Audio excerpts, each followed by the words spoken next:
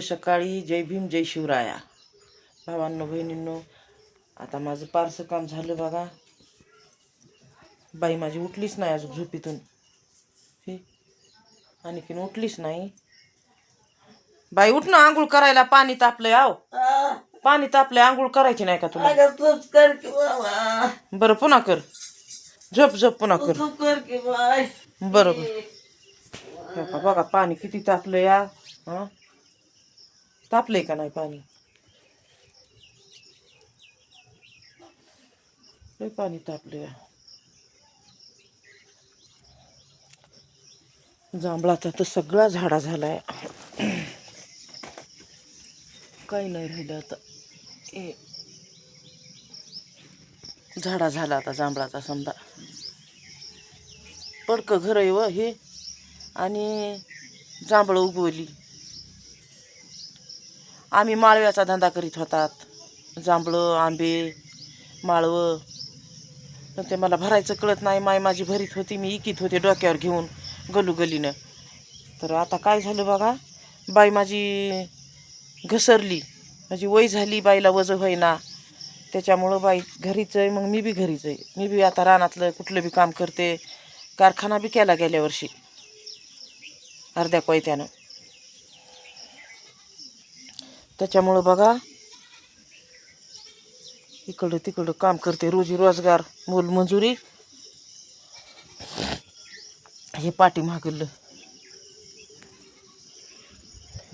आंब्याचे झाडं लावले तुम्ही बघा. सीताफळं लागलीत आता. लई सीताफळं लागलीत लईच. हे आंबे लावलेत बघा पाठीमागं मी. हे आंबे आले तर नदी पाठीमागं, आमच्या नदी आहे पाठीमागं घराच्या. नदीच्या कडीला राहते मी. सीताफळं लागलीत बघा ना.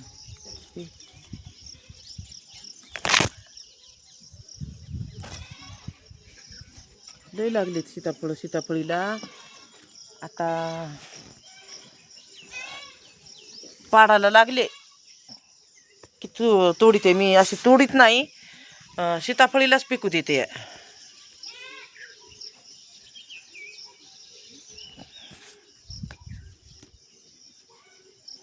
आणि मग तोडीते आणि मग खाते.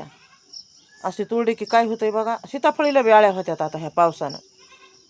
आळ्या होत्यात सीताफळामध्ये. काय चाललंय भावांनो बहिणींनो सांगा.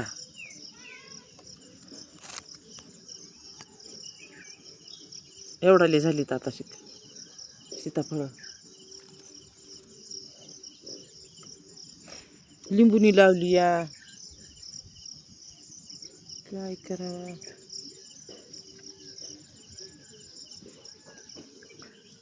वांग्याचं झाड लावले बघा एकच, तर वांग पण आले. हे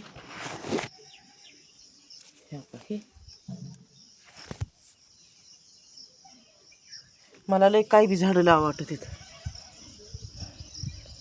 आबाळा आलं या. आणि लय आता पाऊस, रात्री काल होता बघा पाऊस, छान होता. मुर पाणी पडलं. सकाळी 9 वाजल्यापासून जी पाऊस होता तो 2 वाजेपर्यंत होता बघा. 1 तास चांगला होता पाऊस, पण पुन्हा मुर पाणी पडलं. मुर बी जोरातच पडलं. छान पाऊस पडला बघा. मला इतकी खुशी वाटायली आता. तर शेतकऱ्याला किती चांगलं वाटत असेल. ऊस वाळत होते तुम्हाला सांगते. कापसाईनं तर का नाही असे एवढाले झाडं झालते, नुसते अशा माना टाकल्या होत्या कापसानं. तर खुरपाय गेले होते मी 3 दिवस बायासोबत. तर ते कापसाचं बुड काय हलवू वाटाना मला. हल्ला आधी गवत उपटून घ्यायचं मी त्या बुडाचं. बुड हलवतं आणि हवानं मुळी उघडी पडली तर वाळण वाटायचं. आता चांगलं झालं बघा. शेतकरी पण लई खुश झाली आता. पडतच असतंय पाऊस, देवाला दया असती, पण आपल्याला दम निघत नाही. काही शेतकऱ्यांनी तर जेवणच केले नाहीत. 5-5 एकर सारख्या वाळायल्या कापूस लावलेला. हेच असतंय चांगलं, देवाला दया असती. तर मनीषाताई भेटायला आलत्या मला. मनीषा हजारे ताई भेटायला आलत्या. मी लातूरमध्ये होते.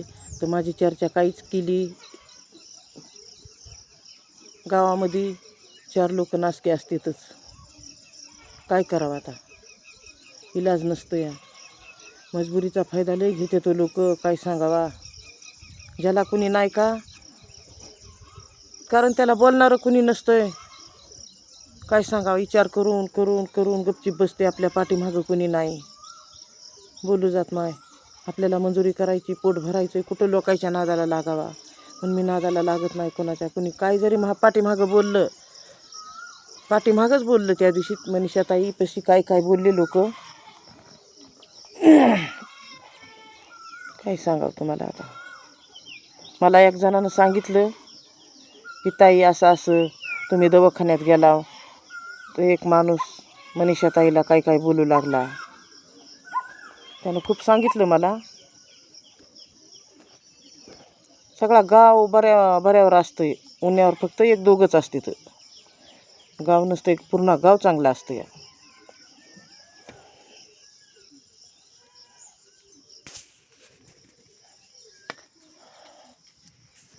त्यांना वाटत नसेल का आपल्याला बी माया बहिणी आहेत, आपण कशाला मजबुरीचे फायदे लोकांचे घ्यायचेत. असे बोलूनच घेते माझा फायदा, पण माझा फायदा असा जवळ येऊन कुणीच घेणार नाही बरं का. असे महागारीच बोलते ना.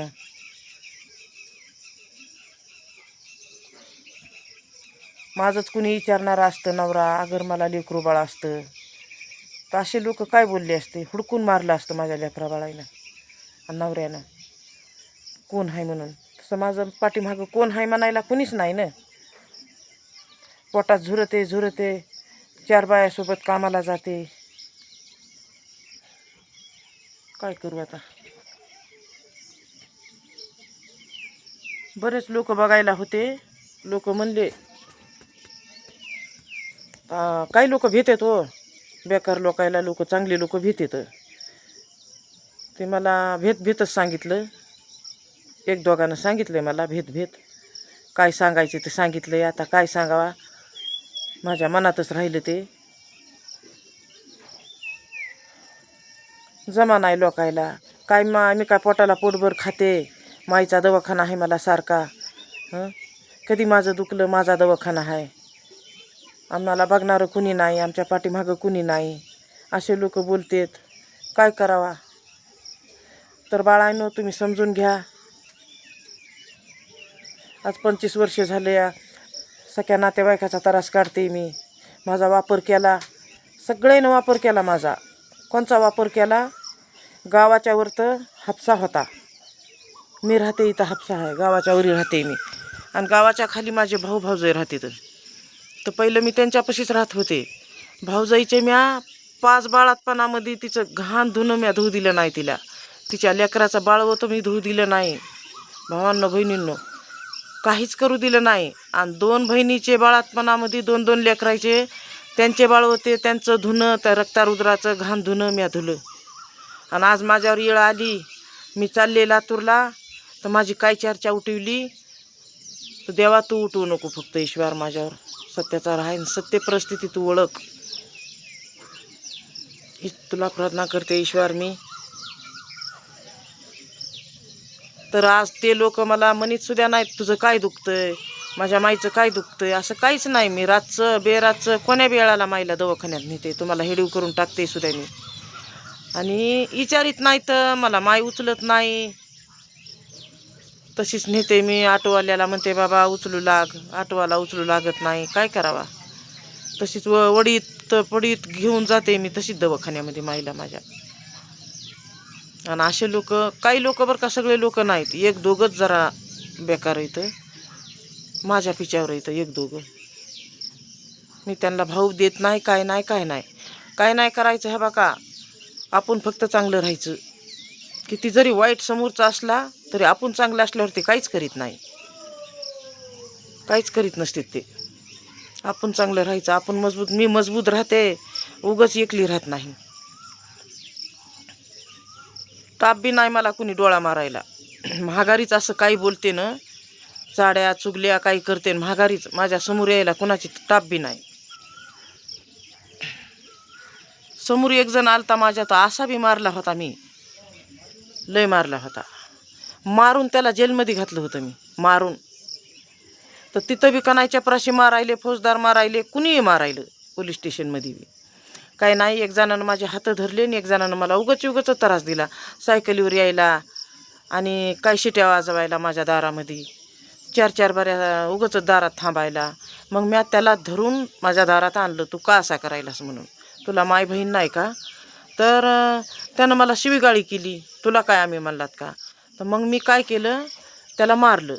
आणि एक जणानं काय केलं, मग त्याच्या दोस्तानं माझे हात धरले आणि हात धरून मला त्यानं मारलं, छेडाछेडी केली. मग मी काय केलं, जेलमध्ये घातला. जेलमध्ये घालून मग 4 दिवस सोडलेच नाहीत, लईच मारलं त्यांना, असं मारलं मला समोर उभा करून मारलं त्यांना पोलीस स्टेशनमध्ये. मग तेव्हापासून मला काय कोणी बोलत नाही. आता 1-2 आहेत नासके, पण ते काय करतात, पाठीमागच माझ्या बोलतात. पण ते दुसरं कुणी जर ऐकणार असलं ते मला सांगतात. माझा सगळाच गाव चांगला आहे म्हणून मी माझं राहणं आहे इथं. भावांनो बहिणींनो, ज्यावेळेस माझा नवरा मेला त्यावेळेस माझ्या भावानं इथं आणलं. तर तुम्हाला मी सांगते माझी कहाणी. इथं आणलं, तिथं बॉन्डवर सही करून आणलं मला, तिथं मारायले म्हणून. तिथं मारून टाकण्याचे प्रयत्न केले होते की नवऱ्यानं माझ्या नावचं सगळंच घर, 2 जागेवर घरदार होते ते सगळंच नावानं केलं. तर मला मारून टाकण्याचे प्रयत्न केले. तर मग भाऊ म्हणला, मारू नका बाबा, बॉन्डवर सही करा, घ्या माझी आणि माझ्या बहिणीची, माझी बहीण मी नेतो. मग त्यानं सही करून मला आणलंय बघा. तर त्यानं ते लोक म्हणले, कार्यकर्ते म्हणले, तू आयुष्यभर सांभाळशील का, किती लेकरं आहेत तुला? तर ते म्हणला 5 लेकरं आहेत. मग हे 6वं लेकरू म्हणून आयुष्यभर सांभाळशील का? तर ते म्हणला हो. मग कर बॉन्डवर सही. त्यांना सहीच घ्यायची होती ना, माझी काय काळजी होती त्यांना.